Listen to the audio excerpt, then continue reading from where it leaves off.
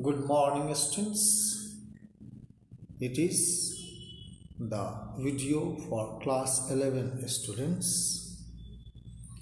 The book is Hornbill and the fifth chapter, the Ailing planet, the green movement's role.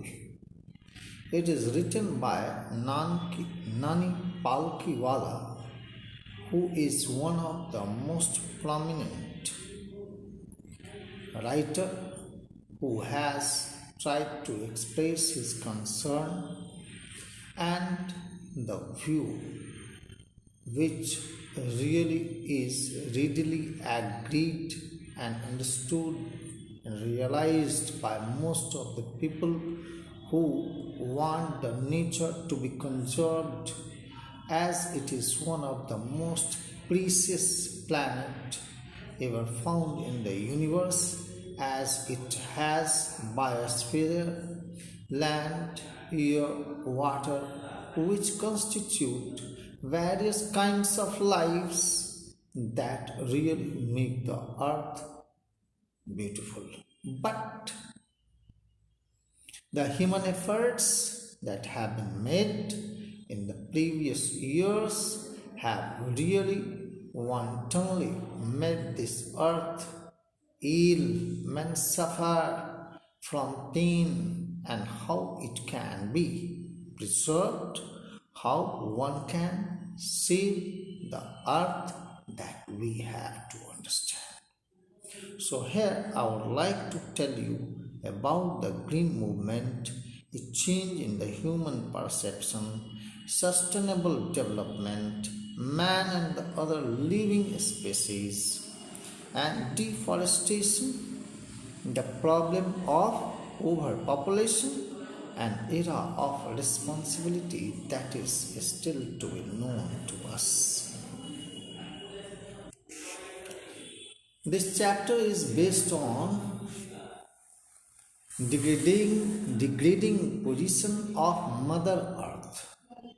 The present scenario of India is highly deplorable, as a report of Parliament's Estimates Committee highlights near catastrophic depletion of India's forests and the rate of 3.7 million acres a year.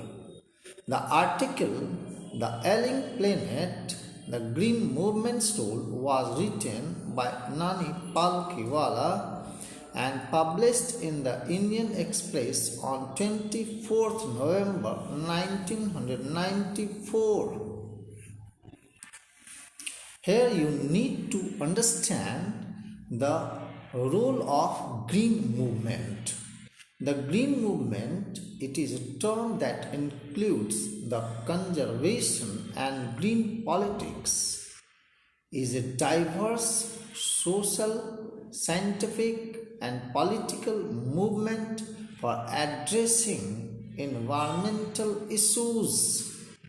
Environmentalists advocate the sustainable management of resources and stewardship of the environment through changes in public policy and individual behavior.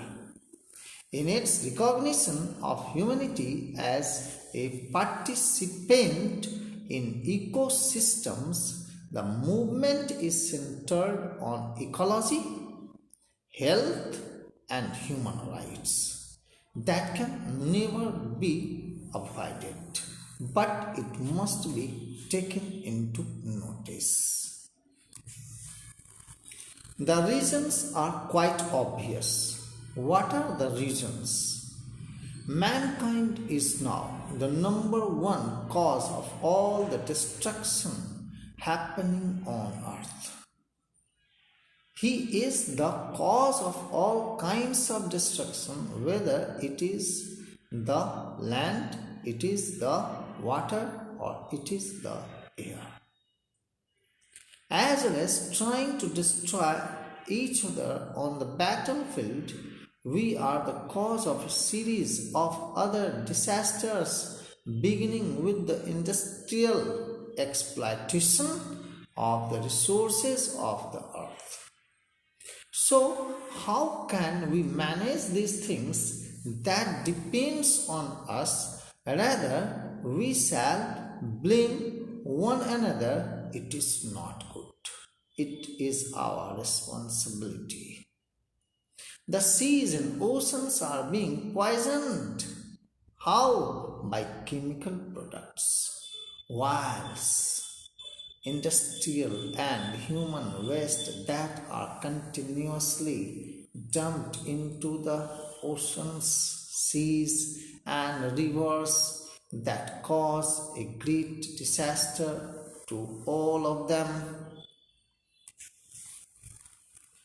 On land, especially in the industrial countries where most waste is actually manufactured, there is increasingly little room to bury it, and even when buried, noxious elements leach out and destroy the health of the area.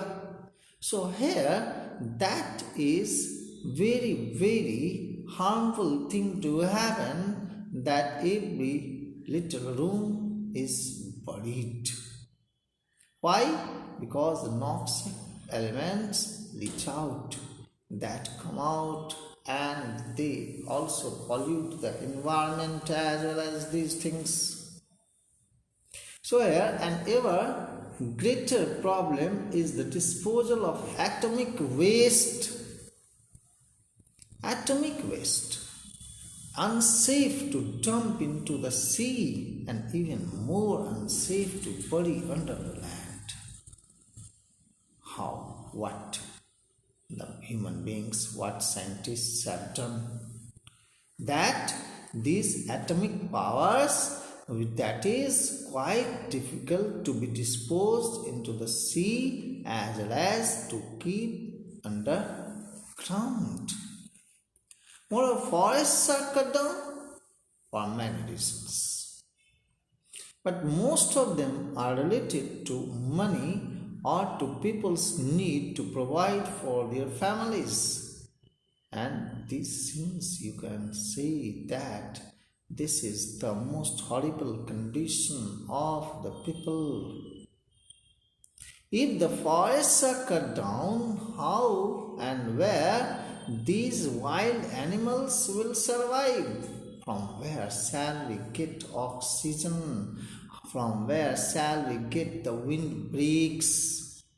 If water is polluted, if the rivers are polluted, if our oceans are polluted, all the aquatic animals get disturbed, and the cyclone that blows at the highest speed can never be checked out, which will cause the ruin of all the living beings as well as the fixtures and the buildings that we have constructed, our old civilizations that we have just achieved after so many years of hard efforts, that will go to shut down, that will go to fall down, that will be destroyed forever and ever. How we can save the rivers that have always supplied the drinking water to all the living creatures on the earth are being polluted by the industries waste and domestic waste. That is the greatest cause of our destruction.